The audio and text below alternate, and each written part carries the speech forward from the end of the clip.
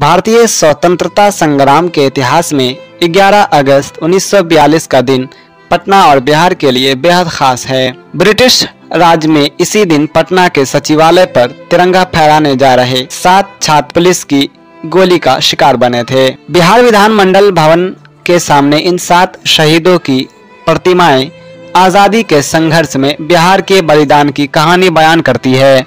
9 अगस्त 1942 ईस्वी को पूरे देश के साथ आंदोलन की चिंगारी पटना में भड़क उठी। घर घर आजादी के गीत गाए जाने लगे।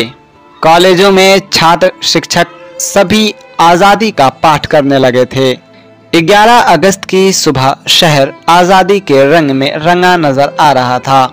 अशोक राजपथ होते हुए आंदोलनकारियों का जत्था बांकीपुर पहुंचा, जहां एक सभा हुई।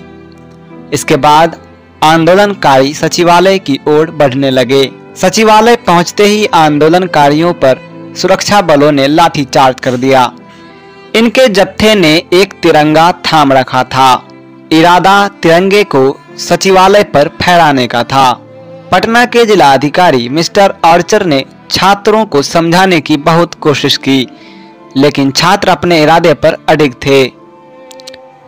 मिलर हाई स्कूल में 9वीं के छात्र देवीपद चौधरी, जिनकी उम्र महज 14 साल थी, जत्थे में सबसे आगे चल रहे थे।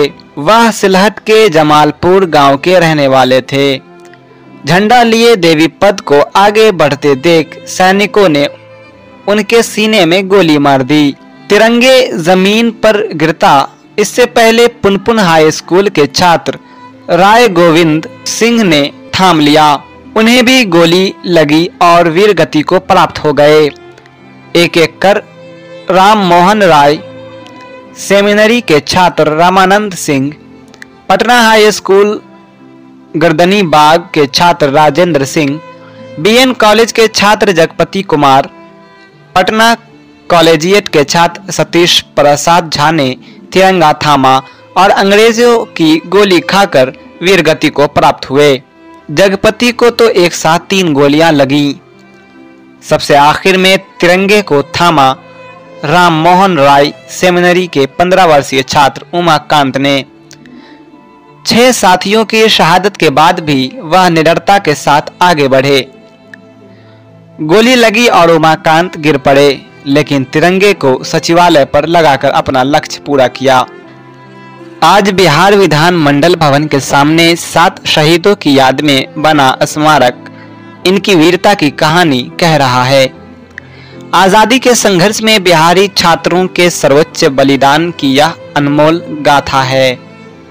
भारत को आजादी मिलने पर 15 अगस्त 1947 ईस्वी को बिहार के तत्कालीन राज्यपाल जयराम दास दौलतराम ने बिहार के तत्कालीन मुख्यमंत्री डॉक्टर श्री कृष्ण सिंह की उपस्थिति में शहीद स्मारक की आधारशिला रखी।